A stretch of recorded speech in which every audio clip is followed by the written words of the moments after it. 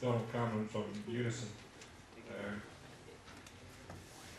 I mean, my question's funny, not in your direct responsibility within your department, David. It's about something that we, my view, don't talk enough about when we're talking about adult learning, and that's about universities, about the money that they receive for adult learning, but also as holders of resources for adult learning and for culture, and also one of our colleagues spoke earlier about the location of a lot of cultural activities.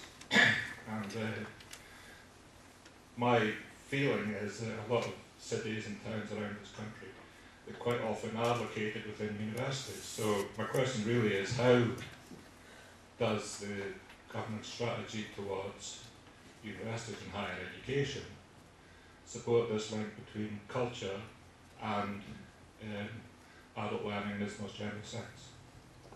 Can we take the question at the back as well, and then maybe David could...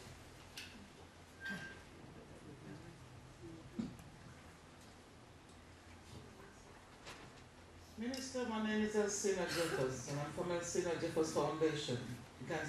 I set that organization up myself. It's very good to see you here this afternoon, because most time when people from our background try to get to universities, we don't actually come out with the paper that we expected to come out with. And the question before me, talk about the finances. I'd like you to find some way, put it into paper, that the money would follow the people through their learning journey.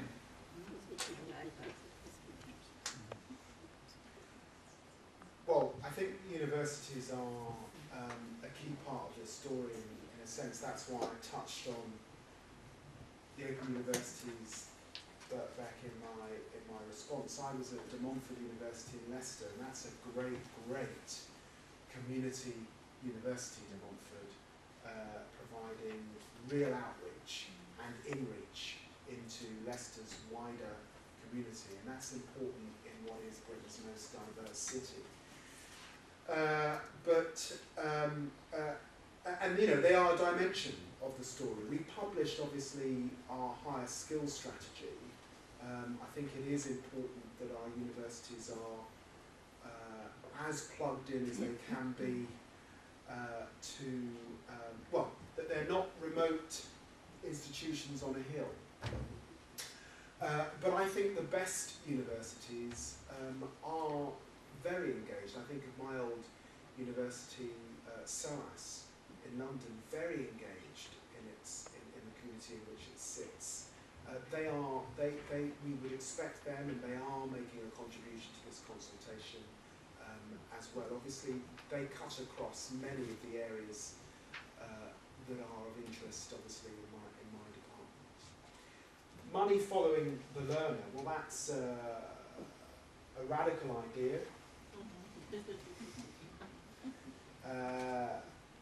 We obviously are looking very closely at the whole business of a portfolio, if you like, of learning that can be demonstrated, that's there for an individual, that when they take a course, it goes into a tool that can move from institution to institution, that they can take to employers should they wish, or that they can choose not to take. There's some informal learning that I think rightly people don't want to share with others. And as we look and have this consultation, of course we're looking at how best to marshal funds. I think that there will always be an important place for people stepping into institutions of learning, whether they are further education colleges or universities. But equally, much learning is going on in people's living rooms. It's going on in health ante-rooms, if you like. In my constituency, I know that if you did a straw poll of the mothers, they want to gather and talk about parenting techniques. They want to gather and talk about black boys and masculinity and some of the problems we have with knife crime and gun crime. That's what they want to sit and talk about. And we have to find ways to make sure that that activity that is funded at point of source and can move forward and flourish. The great thing about this country is it's different in different communities right across the country. That's what's so exciting about this whole platform. It's what makes the job I do so wonderful, from being in Devon to, I was in Liverpool this morning, back to my own constituency in London. All of it we must support. But I think the important is the breadth of this consultation, understanding that funding is happening across a myriad of places, and I'm absolutely clear it's happening as a consequence of a Labour government. I know you've had other parties here. That's why it's happening. You know, that's why public health is on the agenda. That's why cohesion and regeneration is on the agenda, and informal adult learning is happening there. That's why we've increased the investment to further education. And that's why ministers do get concerned when there's a sort of suggestion that we're in the business of cuts. We are not.